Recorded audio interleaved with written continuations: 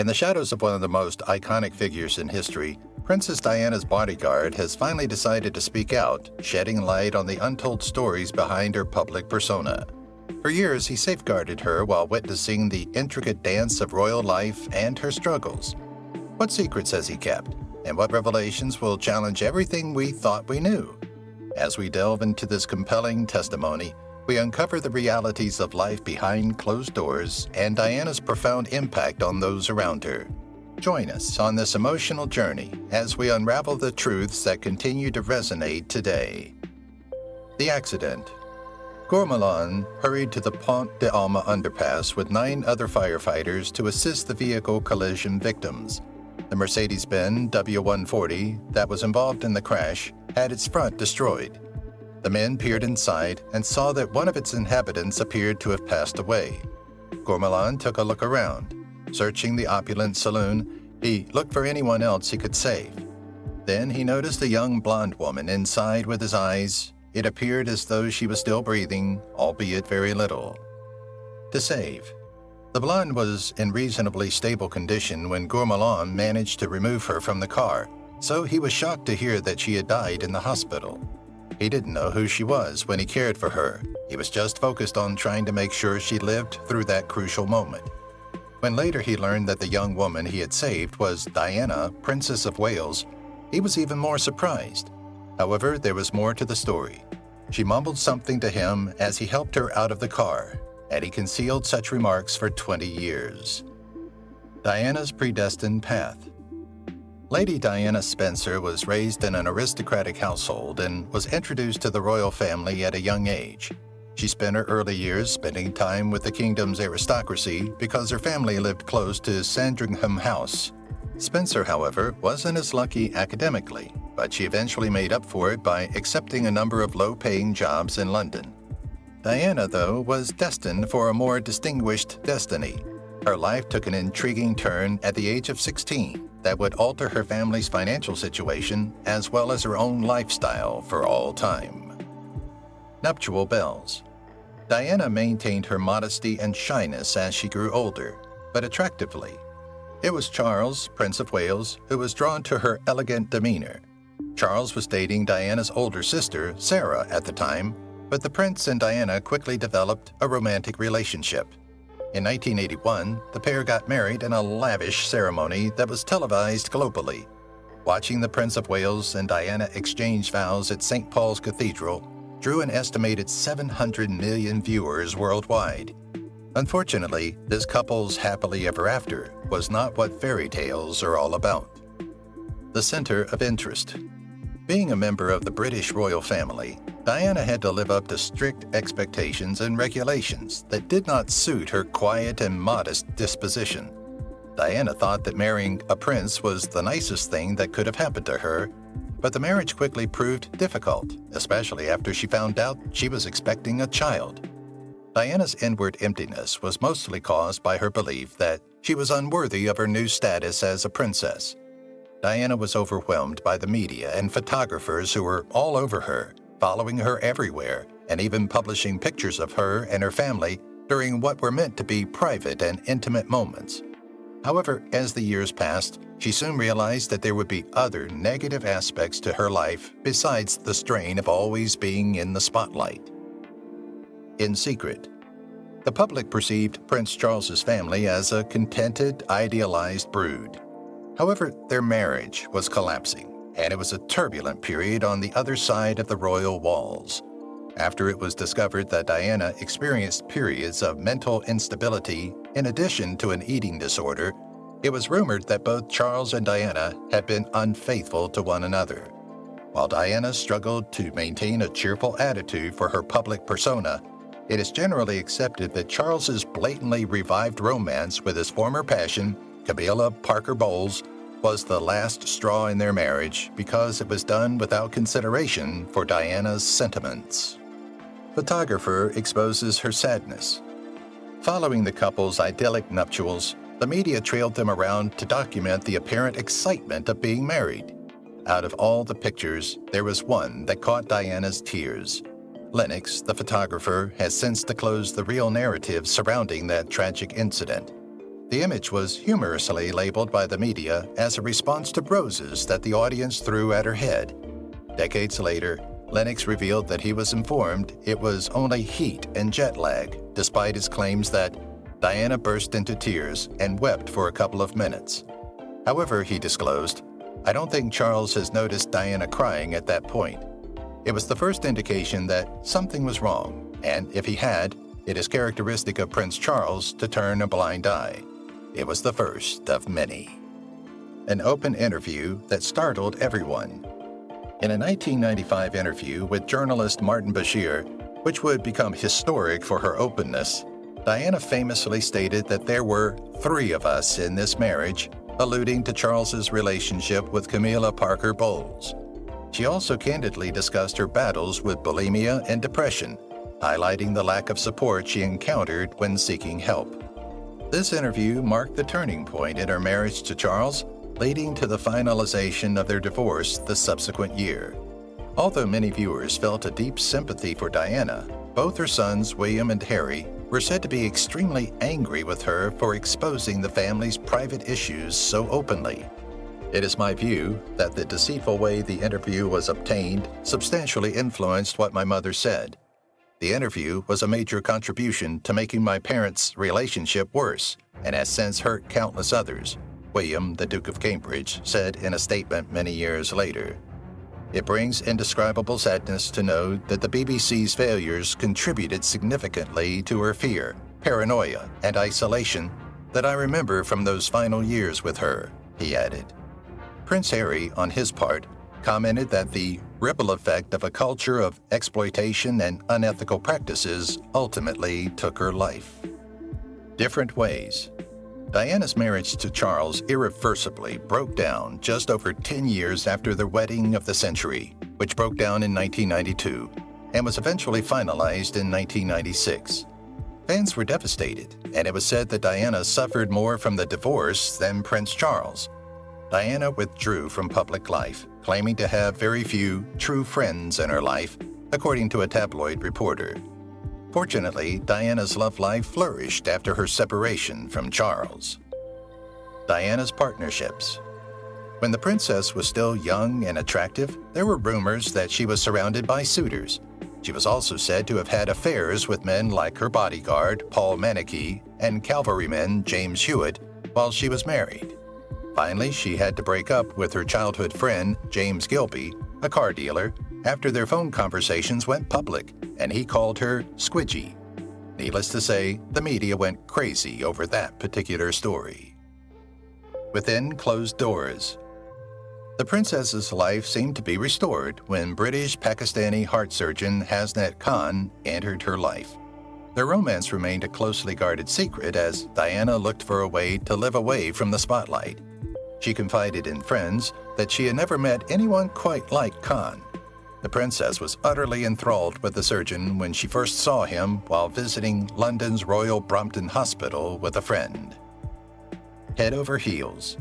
Furthermore, as reported by Vanity Fair, Khan and Diana's romance progressed to the point where they began discussing marriage. However, despite the princess's attempts to get him to agree to a private wedding, he reportedly rejected the idea. Hasnat, who had never been a fan of the publicity that came with dating the most famous person in the world, suggested that they move to Pakistan, where they would be free from media interference in their lives. Diana reportedly gave the proposal some serious thought. Almost wed. In addition, the princess supposedly confided in her close friend Imran Khan, who is currently Pakistan's prime minister, about her feelings for Hasnat. Khan later said that the conversations he had with her convinced him that she was in love with Hasnat, but eventually the relationship began to fall apart. In spite of this new development, Diana persisted in her tireless pursuit of causes she believed in, attending the English National Ballet and visiting Mother Teresa before appearing on the cover of Vanity Fair in 1997. Someone fresh. That very month, Diana accepted the invitation from Egyptian billionaire Doddy Al-Fayed to take a vacation in Saint-Tropez, south of France. Al-Fayed had first met Diana and Prince Charles at a polo match in July 1986. Diana traveled with her two sons, Princes William and Harry, staying in the billionaire's villa.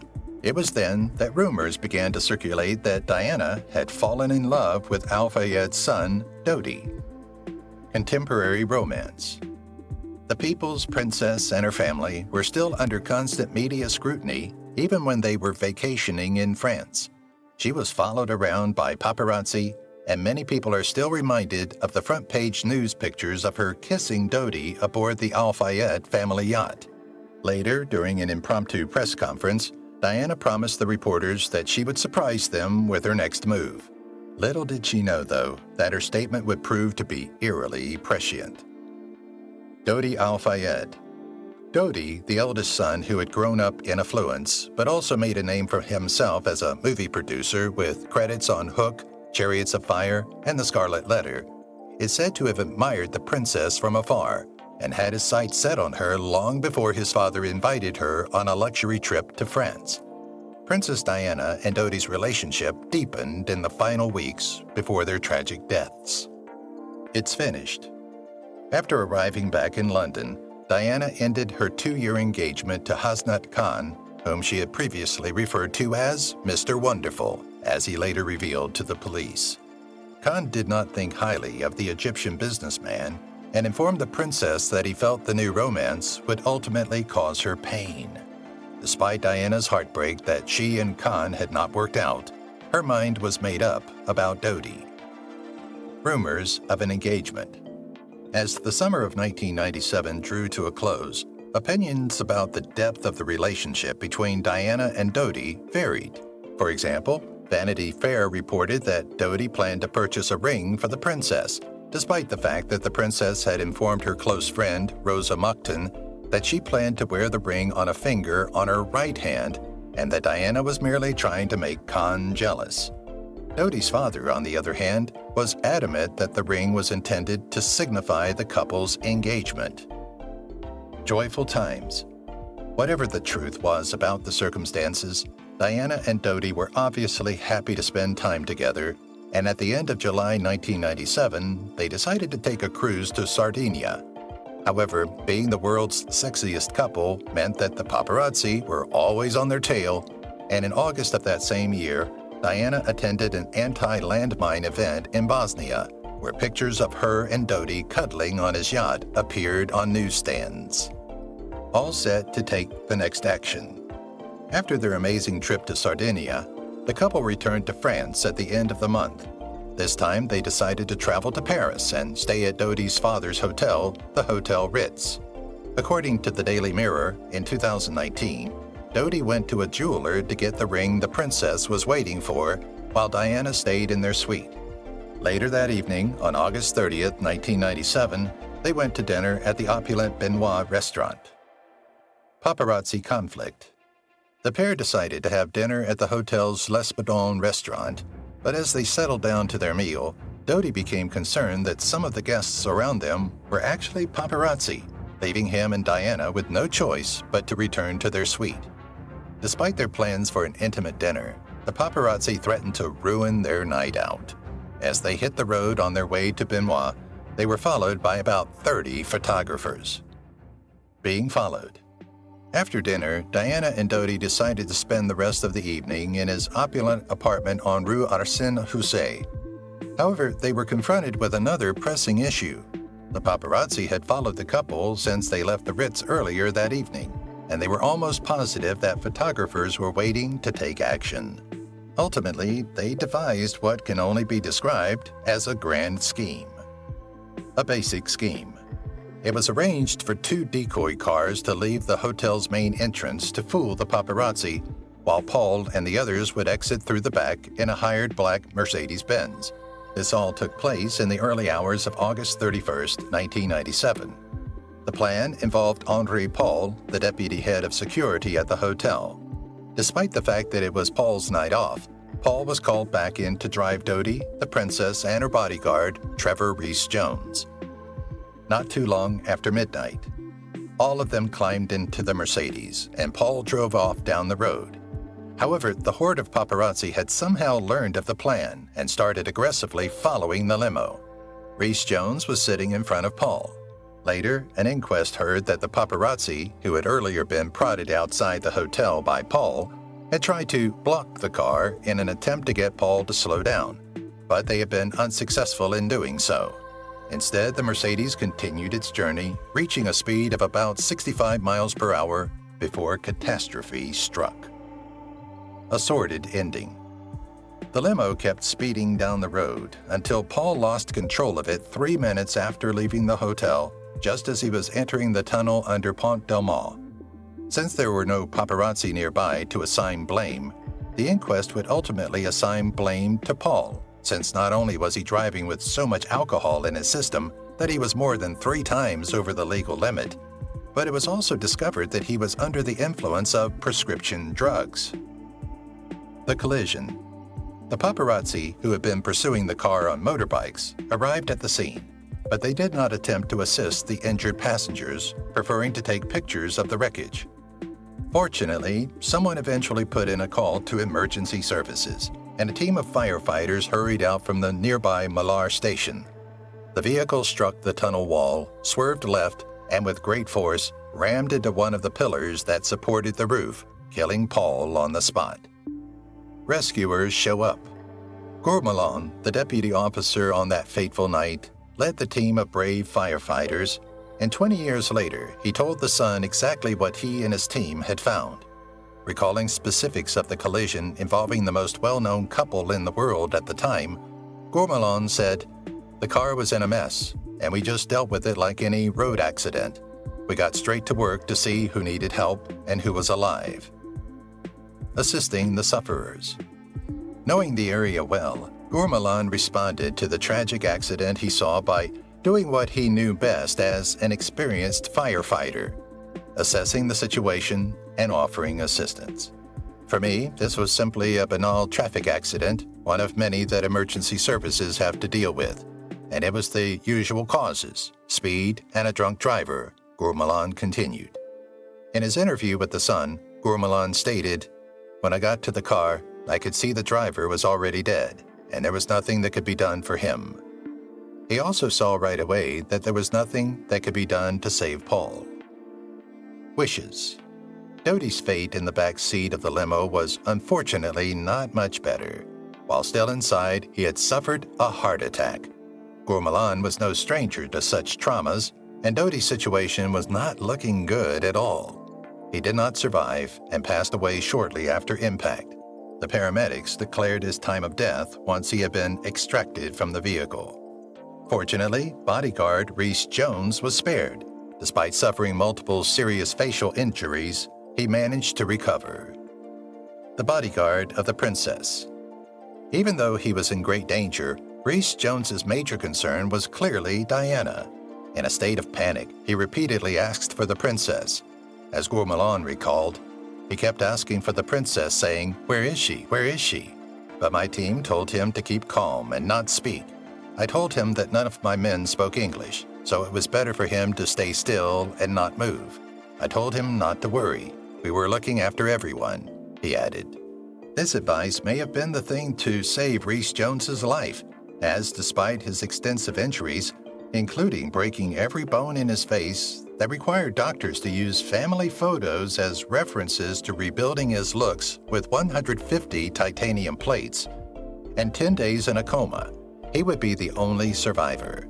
Now head of security for AstraZeneca, he published The Bodyguard story, Diana, the Crash, and the Sole Survivor in 2000, and was then involved in lawsuits with Doddy's father, who said he put intense pressure on him to remember the events of that fateful night.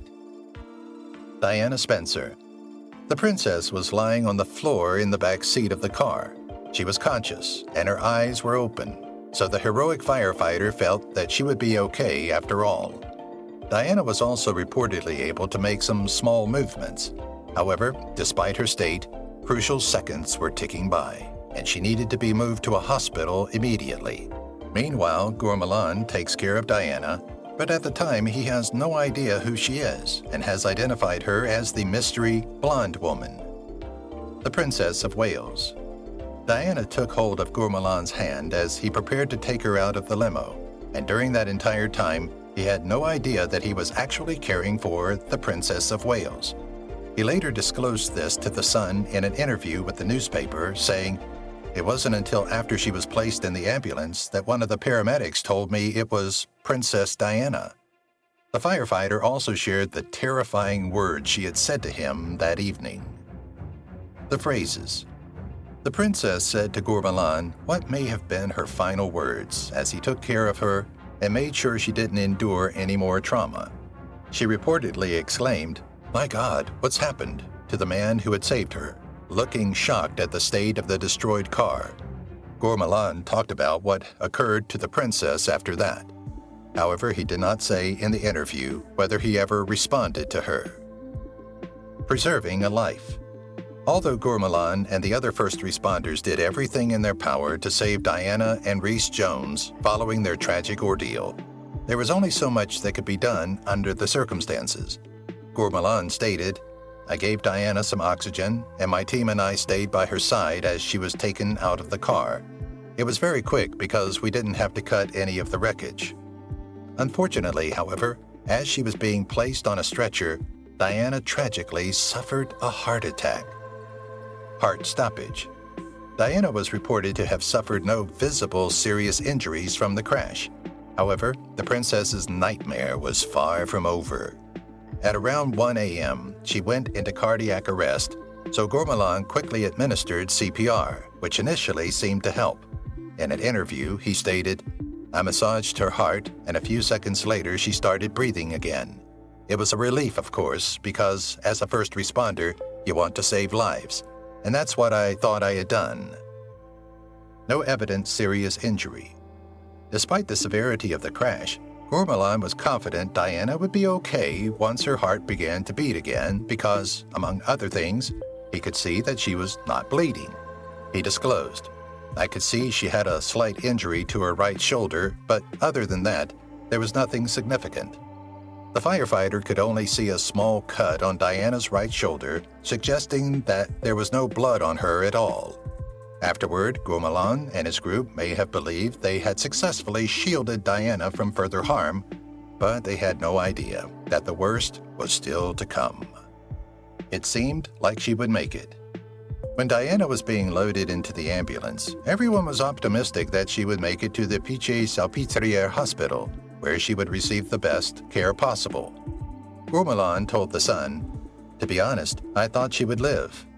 However, hours after the tragic crash and Diana's transfer to the hospital, he would learn shocking news that would send shockwaves across the globe. Hospital treatment. When the ambulance pulled up to the hospital just after 2 a.m., doctors raced against the clock to try to save Diana's life. They had to perform multiple attempts at resuscitation before they could declare her dead. Diana, Princess of Wales, died from her wounds, which included a ruptured blood vessel near her heart. Her damage was subtle but significant. Regrettably, the night wasn't over for Gourmalan. Princess Diana had passed away.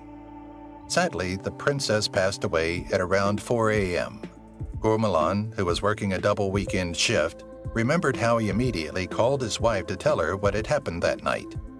"My wife was asleep, and I told her about the accident and Princess Diana. I said that she had suffered a cardiac arrest, but I'd managed to revive her," the lead firefighter said after Diana had been taken to the hospital. The 20-year-old mystery. The world was rocked by the death of Diana, affectionately known as the People's Princess, and the public responded with an unprecedented display of emotion. Back in France, Gourmalan was still recalling the events of that fateful August night, and he did not talk about the tragedy for 20 years. That is, until the fire department no longer employed him. In an interview with The Sun, the brave firefighter remarked, "I can still picture the whole scene. It's something I'll never forget, and that I always think about at this time of year." If you've watched the video till here, that means you've enjoyed the video. Subscribe. Don't forget to turn on the notifications bell icon